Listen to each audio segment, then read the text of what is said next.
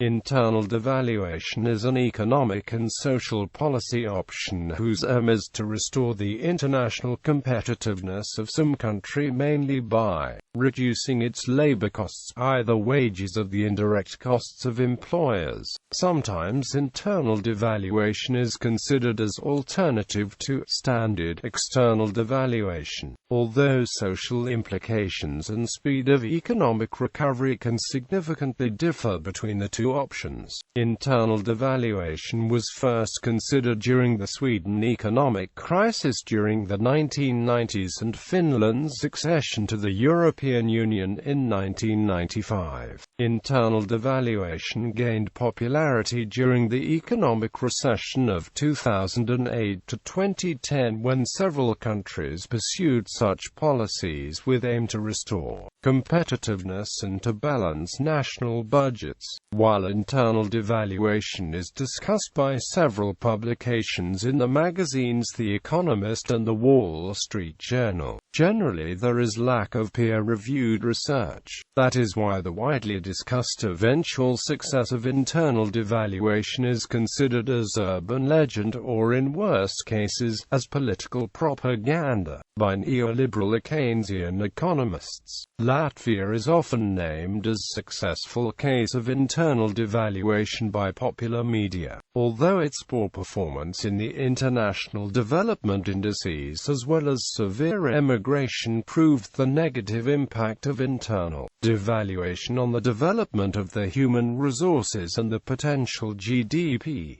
Academic research. Although internal devaluation as a policy has been put in work already for some years in the several countries, the academic research has started to appear only from the beginning of 2012, and even then it has not gone further beyond qualitative observations than for internal devaluation. Merely mentions some well-known news items about the internal devaluation, recognizes that the most efficient way to reduce the cost of labor is to run high levels of unemployment, but apparently that can be acceptable only in the countries where the grey economy is tolerated. In fact, there is research about the labor market policies that has been implemented during the internal devaluation, and the researcher concluded, "I will argue that the seemingly flexible reaction of the labor market to the crisis is to a large extent due to weak law enforcement, acknowledges that the policy of internal devaluation is painful and slow."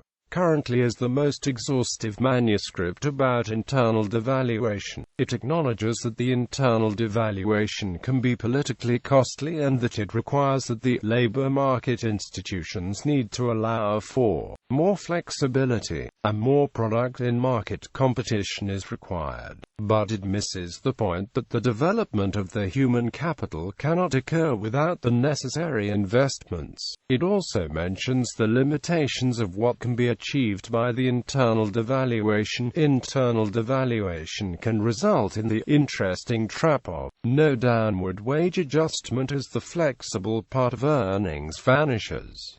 The article also proposes idea about internal revaluation. Paul de Grauwe argues that the competitiveness of Portugal, Ireland, Italy, Greece and Spain deteriorated during the period from 1999 to 2008 and that since 2008 dramatic turnarounds of the competitive positions have occurred in Ireland, Spain and Greece. De Grauwe estimates Ireland to have completed an internal devaluation amounting to 23.5%, Greece 11.4%, Spain 8.9%, Portugal 3.2% and Italy 0.6%. Pisani-Ferry argues that internal devaluation would optimally entail a simultaneous cut of, say, 10% to all wages and prices in a country. While this is difficult to achieve in practice, he says internal devaluation is not impossible to implement in a meaningful way. Pisani-Ferry says Latvia was rather successful in performing its internal devaluation following the crisis of 2008-09.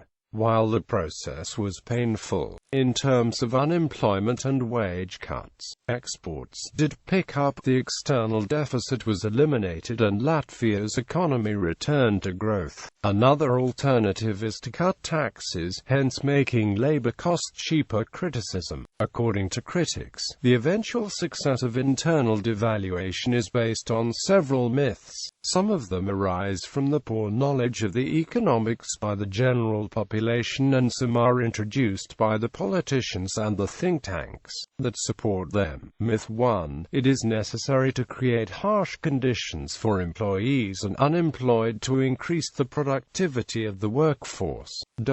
Critics say this can only happen in select cases where companies do not have the necessary controls in the place for measuring and rewarding the results of the workforce. Such select cases are seen to arise in economies where government policies provide companies with a cheap workforce and the companies are not motivated to invest into the optimization of the processes. The companies can achieve good profit margins from the low workforce costs alone. In other cases, investment in the human capital development, the improvement of the company processes and the adoption of new technologies are seen as necessary to improve the productivity. The same analysis can be applied to unemployment benefits as well. There is proof that extended unemployment benefits lead to higher GDP, because it opens space for more optimal employer-employee contracts where the employer can get more skilled and loyal employees.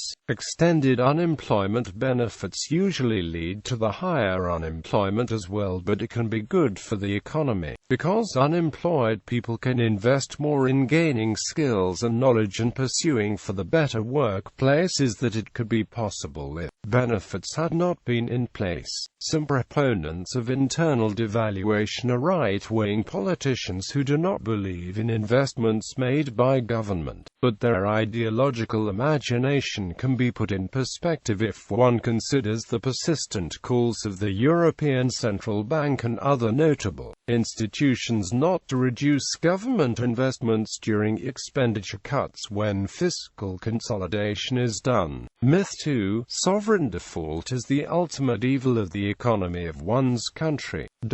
Actually, some academic literature about sovereign default fails to find any negative medium-term consequences of sovereign default. Having said that, opponents of the internal devaluation do not propose default as the solution of the economic problems. Instead, they simply point that other goals should be taken into account when political decisions are made. Myth 3. Fiscal stability is the main basis for the growth of economy and for avoiding the financial crisis. According to critics of internal devaluation, this is a myth if one considers some of the countries where internal devaluation is being applied. Those countries had relatively small debt of the general government before the start of the financial crisis, and the debt has grown immensely during the crisis. Instead, the rapid growth of private debt and equally rapid end to this growth in these countries has led to the financial crisis. The critics say no fiscal solution can prevent similar scenarios recurring in the future. Some argue that the role of central banks should be increased in taming the eventual growth of private debt, e.g., central banks could base reserve requirements to commercial banks based on their assets and not on the liabilities as is usually done. Practices. Critics say some practices of internal devaluation are quite dirty. There was at least one case when the right-wing majority of the parliament consciously voted into law a bill whose annotation clearly stated that this bill could violate some articles of the Constitution, including the article of the core of the Constitution that defines the country as independent and democratic republic. Later, the Constitutional Court found that the bill indeed had violated the Constitution, including the core article of the Constitution. constitution. The initial bill was approved and signed by the right-wing Prime Minister and Minister of Finances. In many cases there has been lack of necessarily public debate and discussions by the experts about the necessary changes in the legislation when the measures of the internal devaluation had been adopted had not been discussed with the experts. In many cases such measures were adopted in artificially created rush when the right-wing governments in power had not wanted the proposals to be questioned. Right-wing politicians in command of the internal devaluation in some cases had managed to create impression in the general public that they were more centric or left-leaning than it was in reality. Similarly, the right-wing politicians also used ethnic tensions and public debates about uncertain but divisive questions about history to garner public support. Actually, lack of clear understanding of the differences between left and right-wing economic policies by the general public and the focus on the ethnic questions arguably have been the true reasons why at least one right-wing government has survived the elections even after the internal devaluation had been implemented. The growing unemployment resulted in the reduction of wages indeed, but the actual result was miserable, e.g. at least one company had even reported that it was retracting the use of technologies and was restarting the old practices of manual labor, because it was cheaper to find new human employees than to use the technologies. The internal devaluation can indeed increase the productivity that is defined as the ratio between the added value and labor expenses, but the internal devaluation usually fails to increase the productivity that is defined as the ratio between the added value and the hours worked. Therefore, the capital owners are the main winners of the internal devaluation, but the general welfare is stagnating or even decreasing because of the smaller income per hour and because of wasted human capital that is used inefficiently in the companies that are building its profit margin on the low-cost workforce and not by the use of technologies. Usually it is advised to combine the internal devaluation with the structural reforms in the government and the economy. In practice there had been a lot of calls to implement more structural reforms and not to have flat cuts of expenditures across all parts of the economy. But one should take into account that structural reforms usually contradicts the internal devaluation, because the structural reforms require flexible and skilled workforce. Structural reforms usually result in higher unemployment and attract a lot of criticism if workforce cannot adapt, and this lack of flexibility usually is due to lack or available resources. There is at least one case when the country is left with immensely large structural unemployment after the internal devaluation. Some of the right-wing politicians who are the biggest defenders of the internal devaluation have questionable moral standards. They are keen to complain about the lack of money in the treasury, but at the same time they can adopt questionable practices for privatization of state-owned banks. They can even exploit loopholes in the tax code for personal gains. At the same time, there was at least one case when the representative of the right-wing government has stood in the parliament and reported that the government has consciously refused to issue at least one regulation that was required by the standing laws of the country because of lack of money in treasury. Central government can be keen to transfer its responsibilities to municipalities, sometimes without providing them with the necessary tax incomes. The debate about seniority of claims on mortgage debtors was some example how such governments prefer to create favorable conditions for foreign banks and decrease the opportunities of work for municipal companies. There are a lot of other examples as well. There is question whether it is justifiable to have bailouts of failing banks when the country is going through the internal devaluation and when the country requires additional resources for structural reforms.